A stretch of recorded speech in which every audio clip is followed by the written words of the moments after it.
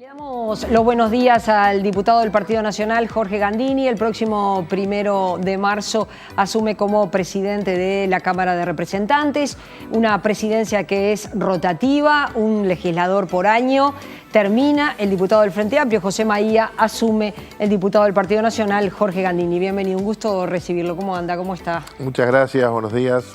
Muy bien, ya trabajando en esta transición, que cuando arranca el 1 de marzo después ya no para, así que hay bastante trabajo previo. Se ha instalado en el Parlamento y se ha instalado hacia los parlamentarios ciertos cuestionamientos. Uno está vinculado con la ética y usted ha dicho, el diputado de su partido, Rodrigo Goñi, ha dicho, el Parlamento tiene que tener una comisión de ética. Se lo voy a plantear a Jorge Gandini porque él va a asumir como presidente de la Cámara. ¿Usted coincide que tiene que haber una comisión específica que trate estos temas? A ver, conozco el proyecto del diputado Goñi, lo miré cuando lo presentó ya hace un tiempo, no hemos conversado ni me ha solicitado en particular tener esa conversación. Yo tengo dudas al respecto, que nosotros mismos tengamos que juzgar nuestra ética, porque nosotros somos un órgano político y todas las decisiones que tomamos al final son políticas, siempre. Si gastamos más acá o gastamos más acá, si la ley pone aquí este tema y a esta gente y no abarca a estas otras, siempre son decisiones políticas.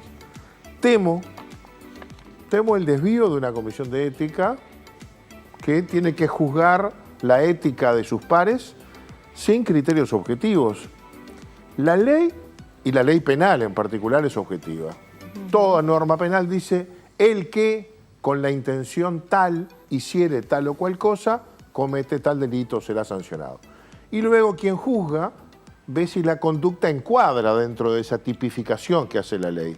Si una persona hizo eso y si lo hizo con esa intención. En la ética esto no sucede. La ética es variable, es cultural, es subjetiva muchas veces y la tienen que juzgar los pares a los pares.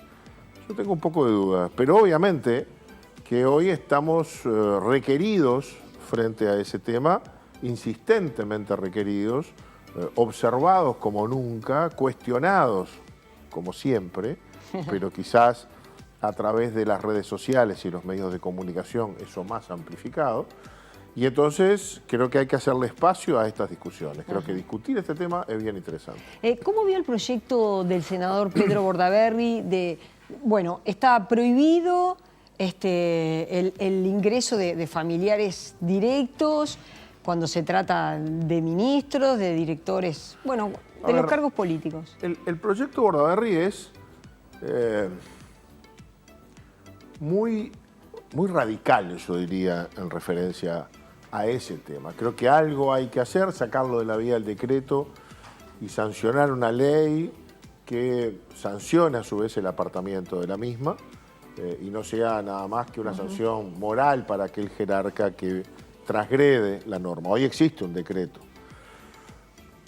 Lo que pasa con que es un buen tema para discutir. Yo lo que veo es que es tan abarcativo que termina lesionando intereses legítimos. ¿En qué sentido lo digo? Bordaberry establece en su proyecto que todos los jerarcas de toda naturaleza, desde un ministro o el presidente de la República, un legislador, hasta un edil suplente, ¿verdad?, no pueden contratar a nadie. A ver, alguien que tenga ese vínculo de parentesco hasta el 4º grado, vertical u horizontal, es decir, padres, abuelos, hijos, nietos, hermano, esposa del hermano, hijo de la esposa del hermano, hijo de la esposa, es decir, hijo del sobrino, nadie de esos puede ingresar al Estado. Esto es muy fuerte porque yo conozco, por ejemplo, un jerarca del Estado que resulta electo, es de mi partido, cuyo hermano toda la vida fue militante del Frente Amplio. Militamos los tres juntos en la época de la dictadura, contra la dictadura. Uno es Frente Amplista e integra un cargo jerárquico en el Frente Amplio. Y el otro es blanco y resultó electo para un cargo. Si esto fuera así, cuando este salió electo, este tendría que renunciar. ¿Dónde está el acomodo? Si es difícil hasta la convivencia cuando hay que discutir de política. Uno se pregunta también si no es, por parte del sistema político, no es un poco como actuar al golpe del balde. Bueno, Sale esto, empiezan a aparecer todas las publicaciones, entonces aparece el primer proyecto. Por lo que hablábamos recién. Porque hay una demanda importante de la gente de que los políticos hagan algo. Entonces, el que pone algo sobre la mesa tiene título. Está bien. Ahora, hagamos algo bien.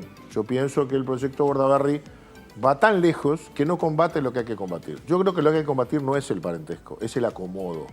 Es el acomodo. O sea, esta chica de 18 años que fue contratada por un jerarca de ocio para ser su secretaria, que tiene el vínculo porque tiene el vínculo de ser la novia de su hijo, a pesar de lo abarcativo que es el proyecto Bordaberry, no la abarca porque es la novia del hijo.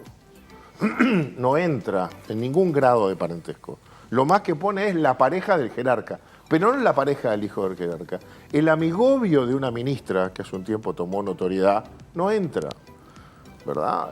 El Pato Torena, el Pato Celeste famoso, que ocupó durante años el 7º piso del edificio Libertad en una oficina cuando Mujica era presidente, y desde allí gestionó negocios con Venezuela, hizo trámites, había que hablar con él para cobrar deudas con el gobierno venezolano, y él se movía y viajaba a Venezuela para hacer esa gestión. Era un señor que vendía camisetas de la selección, antes alcanzaba pelotas y se disfrazaba de pato, y tuvo una oficina durante muchos años en el 7º piso, sin ser pariente de Mujica. Llegó a organizar un viaje del presidente de la República de aquel tiempo, José Mujica, a España. El viaje fue catalogado de privado para que se reuniera con Fiorentino Pérez, el presidente del Real Madrid, reunión en la que hay fotos en la que participó el Pato Celeste y Paco Casal, porque el señor Fiorentino Pérez tenía una licitación de 110 millones de dólares a través de su empresa Cobra en Uruguay, que no se le había adjudicado.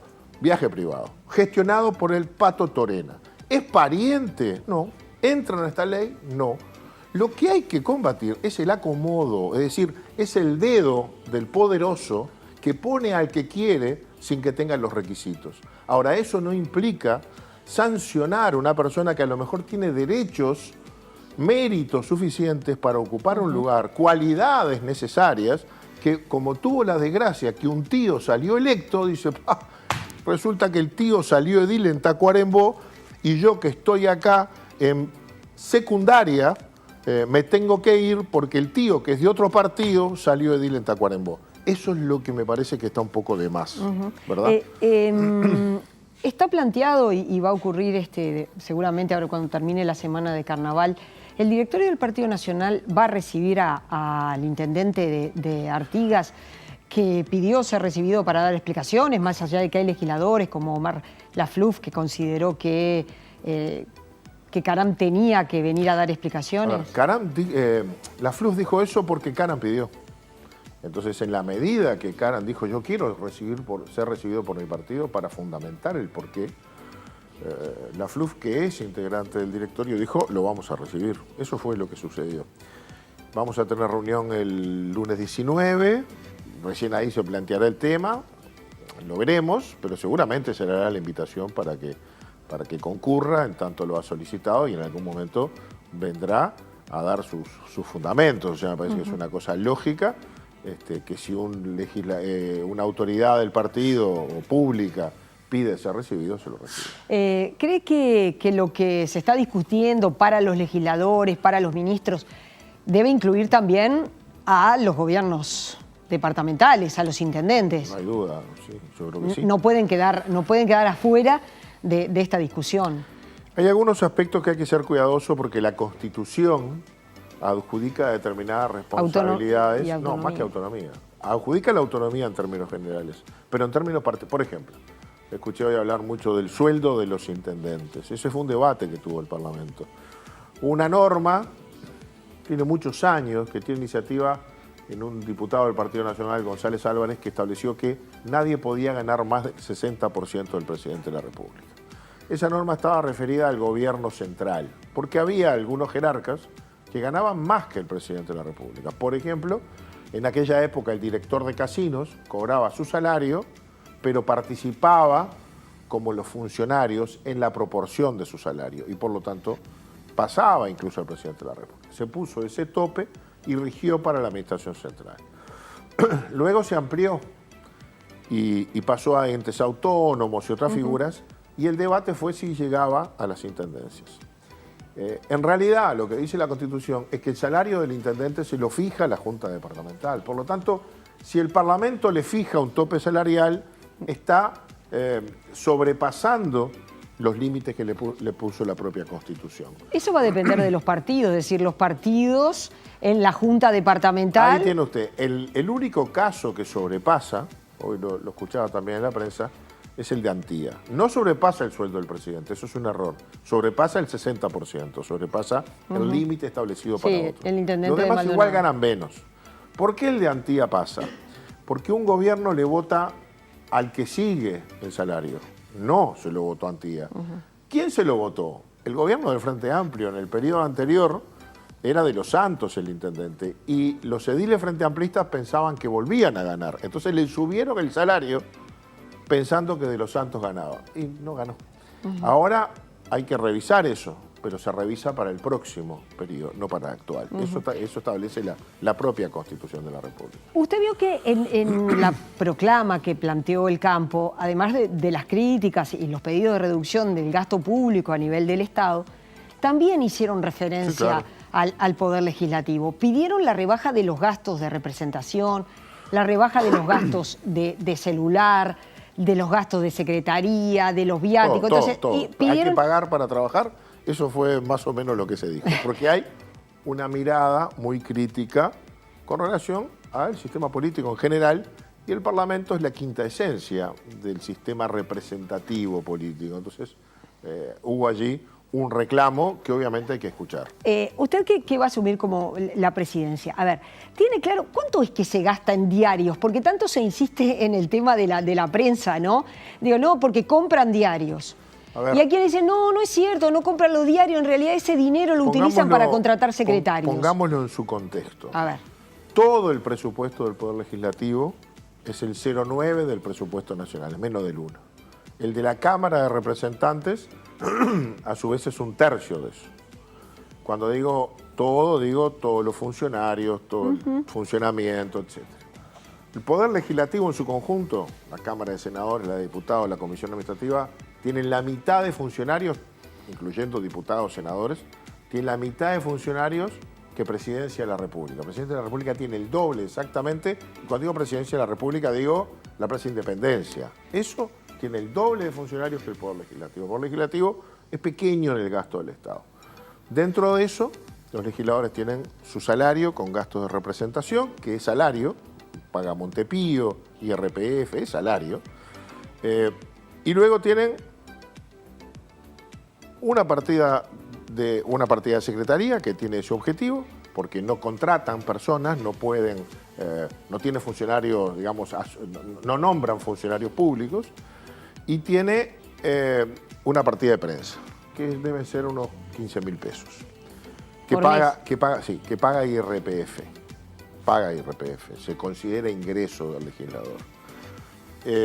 Luego tienen un X, yo creo que son 2.000 pesos más o menos, de celular. Si lo sobrepasan, yo lo sobrepaso, a veces lo tiene que pagar usted. Me viene la factura por la diferencia, obviamente.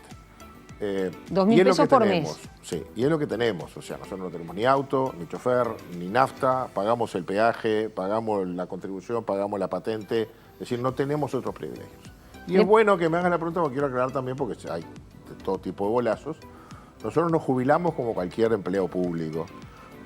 Aportamos al BPS y a la SAFAP, los que estamos en edad de hacerlo, y nos jubilamos con tope jubilatorio por el BPS, más lo que nos corresponda por el ahorro de la SAFAP. En mi caso particular, yo tengo 59 años, el año pasado me tocó ir, el BPS citó a todos los funcionarios para asesorar en su historia laboral, yo me anoté y fui, como cualquier hijo vecino, y mi historia laboral, yo tengo los 60, voy a tener los 60 años de edad y los 30 de trabajo, y entonces me hicieron la historia laboral, me hicieron un ensayo, digamos, con la teoría de que me jubilo a los 62 años y me jubilo con 45.000 pesos, sumado BPS y AFAP, de la que soy cincuentón, ¿verdad? Entonces ahí no ha madurado lo suficiente mi ahorro.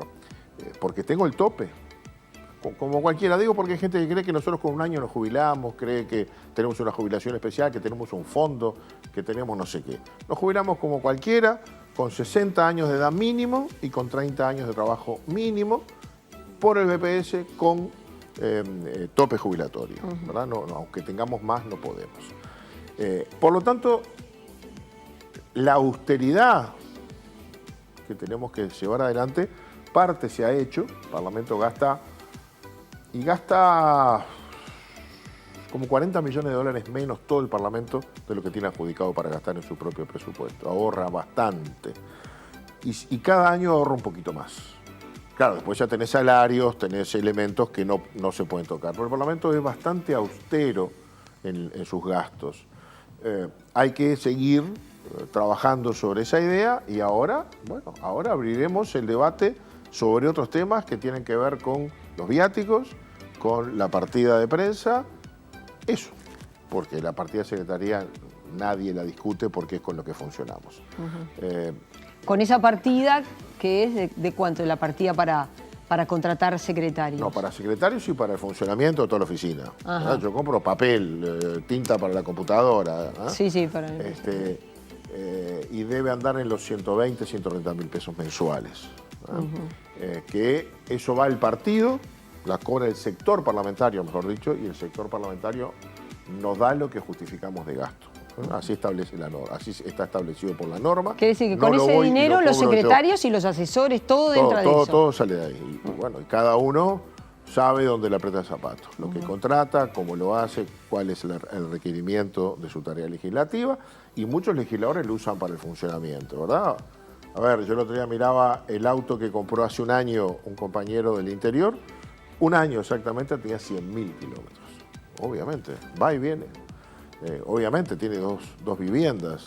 Tiene su casa en su lugar y tiene hotel 3 o 4 días por semana cada vez que viene, con todo lo que ello implica. Y come afuera y qué sé yo. Pues ni que hablar, que cuando va a hacer la gira, en mi caso, el otro día me fui a Paysandú en el día y volví en la noche. Voy con alguien. Ese alguien come, le pago, me maneja, porque yo me bajo del auto y tengo una reunión, 2 reuniones, 3 reuniones, me subo al auto y hago 400 kilómetros para atrás. Obviamente que esas personas tienen un gasto. Nosotros no tenemos viáticos para ir al interior, ni nuestro equipo tiene viáticos, sale de esa partida de secretaría, como otra cantidad de otros gastos que la propia actividad representativa nos lleva. Y el tema de los viáticos y de rendir... Los viáticos se rinden, ahí hay un error conceptual. Los viáticos se rinden, no hay que poner las boletas. Es decir, nosotros no rendimos viáticos con facturas que demuestren lo que rendimos. No ponemos la factura al hotel, la del almuerzo y demás. La discusión ahora es si hay que hacer eso. Entonces hay que regularlo bien y reglamentarlo bien. Incluso hay que reglamentarlo cómo se justifica y cómo se hace el cambio de monedas, porque a veces no es sencillo, pero hay un proyecto de ley sobre ese tema para la imagen para pública, todo el Estado, porque el Estado en su conjunto, una parte rinde con facturas y otra parte rinde sin facturas. Buena parte rinde sin facturas.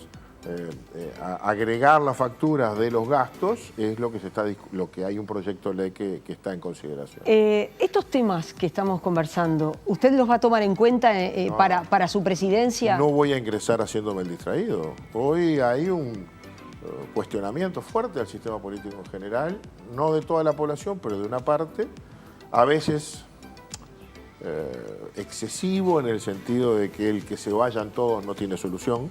El que son todos iguales y que se vayan todos, conduce a caminos sin retorno, y por lo tanto lo que me parece que tenemos que instalar es la idea de que tenemos que ser mejores nosotros, la gente tiene que elegir mejor, porque la gente es la que nos pone allí, la gente tiene que elegir de tal modo que yo creo que uno de los factores que ha afectado mucho es el gobierno de un partido con mayorías parlamentarias que impiden los contralores internos porque las mayorías bloquean a algunos contralores.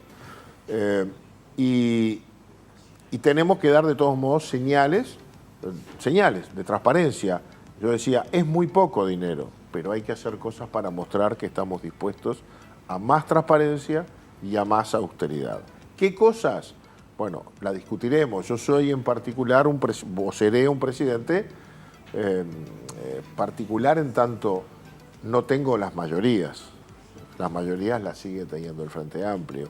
Puedo proponer, puedo tomar algunas medidas administrativas de austeridad, es verdad, pero algunas cosas que la norma protege tienen que ser parte del acuerdo político y sancionadas en el cuerpo. O sea que lo que no me voy a hacer el distraído es que este tema está y que tenemos que empezar a tratarlo porque hay que dar señales que nos corresponden a nosotros más allá de lo que hagamos, mostrando la tarea que hacemos con relación a la población, porque nos tienen que juzgar por lo que ganamos y cómo manejamos los dineros públicos. También nos tienen que juzgar por cómo trabajamos, claro, porque no todos trabajan igual. Por lo tanto, la gente tiene que tener la información de cómo trabajan sus representantes. Nosotros representamos, la gente nos da el bastón de mando para que vayamos allí a hacer algo por ellos. Por lo tanto, la gente tiene que saber si estamos, si hablamos, si discutimos, qué votamos, qué defendimos, qué no defendimos, cuándo no estuvimos. Si no estuvimos porque no pudimos o porque nos hicimos, votamos con los pies, como se dice, salimos para no votar. La gente tiene que saber esas cosas. Creo que esa es una manera también de juzgar la calidad del trabajo legislativo.